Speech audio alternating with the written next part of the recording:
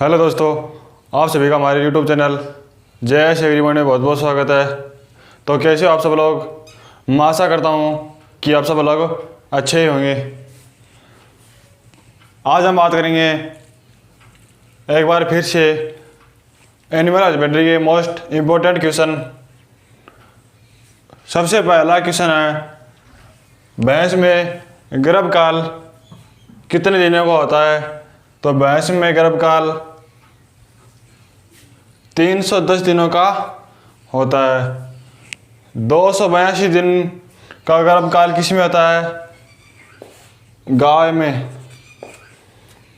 148 दिन का बकरी और 150 दिन का भेड़ में होता है। तो भैंस में गर्भकाल कितने दिनों का होता है? 110 दिन का। गाय में 282 दिन का, बकरी में 148 दिन का और भेड़ में 150 दिन का। गाय के द्वारा बच्चा देने की क्रिया क्या कहलाती है? तो गाय के द्वारा बच्चा देने की क्रिया काविंग कहलाती है। किडिंग क्या है? किडिंग बच्चा देने की, बकरी के द्वारा बच्चा देने की क्रिया है। लैम्बिंग क्या है? भेड़ के द्वारा बच्चा देने की क्रिया लैम्बिंग कहलाती है। हैचिंग क्या है? मुर्गी के द्वारा बच्चा देना या अंडा देना हैचिंग कहलाती है। तो इसमें इसका सही आंसर क्या होगा? काविंग। बकरी के शरीर का तापमान कितना होता है?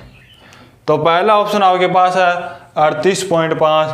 तो 38.5 डिग्री सेंटीग्रेड तापमान किस पशु का होता है?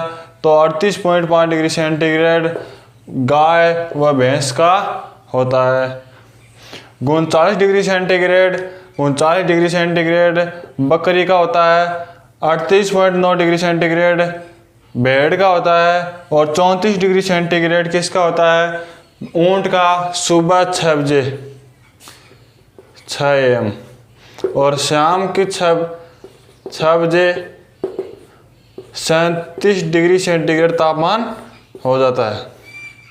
तो इसका सही आंसर क्या होगा? बकरी का शरीर का तापमान होता है 39.1 डिग्री सेंटीग्रेड।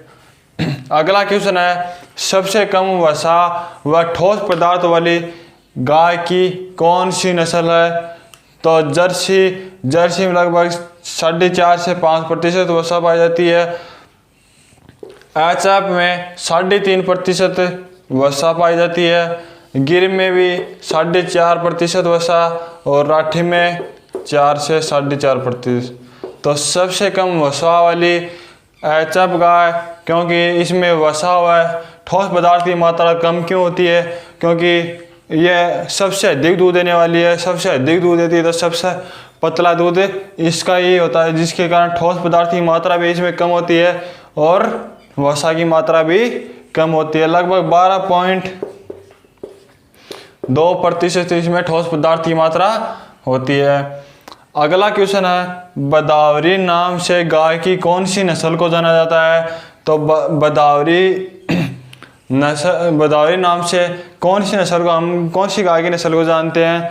तो पहला ऑप्शन है जर्सी। तो जर्सी को हम कभी नहीं जानते। जर्सी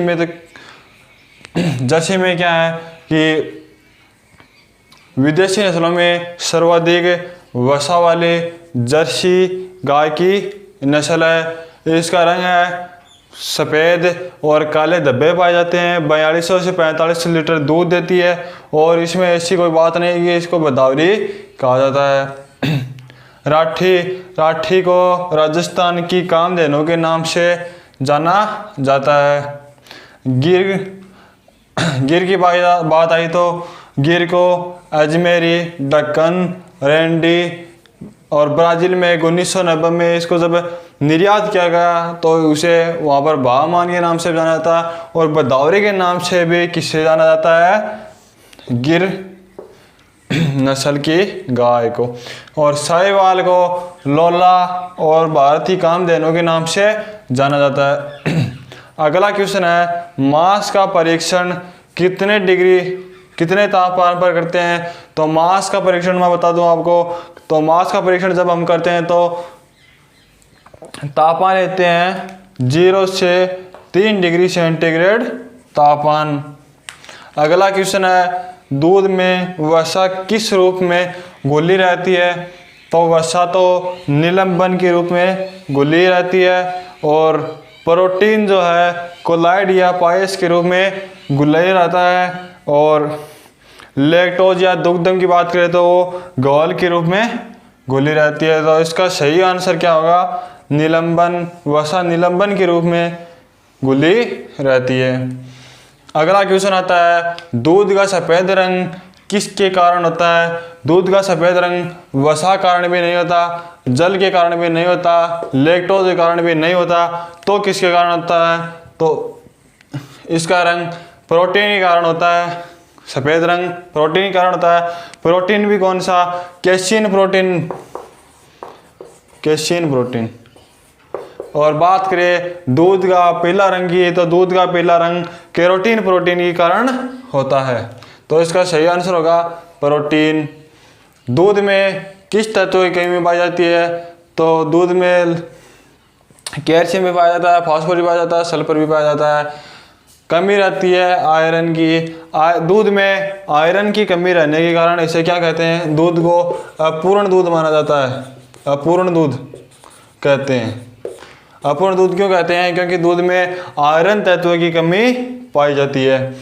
अगला क्वेश्चन है, भारत के कितने प्रतिशत ऊंट राजस्थान में पाए जाते हैं? तो भारत के 70% ऊंट राजस्थान में पाए जाते हैं।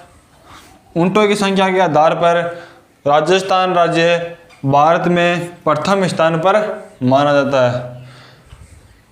अगला क्वेश्चन है, नेशनल डेयरी डेवलपमेंट बोर्ड की स्थापना कब हुई? तो नेशनल डेयरी डेवलपमेंट की 1950 में भी नहीं हुई। 1955 में NDRI national dairy research institute Karnal Haryana की हुई थी। 1970 में भी नहीं हुई।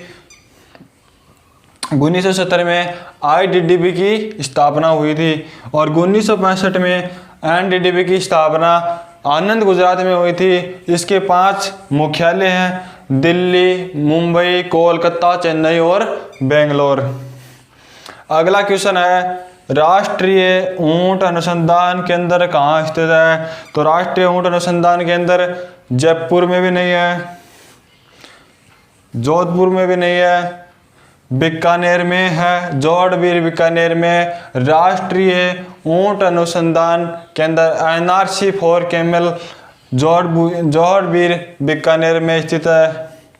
अगला क्वेश्चन है, ऊंट में लगने वाला सर्रा रोग किसके कारण होता है? तो सर्रा रोग विषाणु कारण भी नहीं होता, जीवाणु के कारण भी नहीं होता है तो प्रोटोजोआ द्वारा होता है। ट्रिपेनोसोआ इवेंसाई नामक प्रोटोजोआ के द्वारा होता है। किसी तत्व की कमी से तो वैसे ही नहीं हो सकता। तो ये 13 क्वेश्चन है। 13 क्वेश्चन में आपको मैंने लगभग 40 या 50 क्वेश्चन आपको क्लियर करा दिए हैं। तो अगर ये हमारा वीडियो आपको पसंद आया तो शेयर करना, लाइक करना और कमेंट करके बताना वीडियो कैसा लगा। और हमारे चैनल पर अगर आप नए हो तो चैनल को सब्सक्राइब कर लेना। Thank you.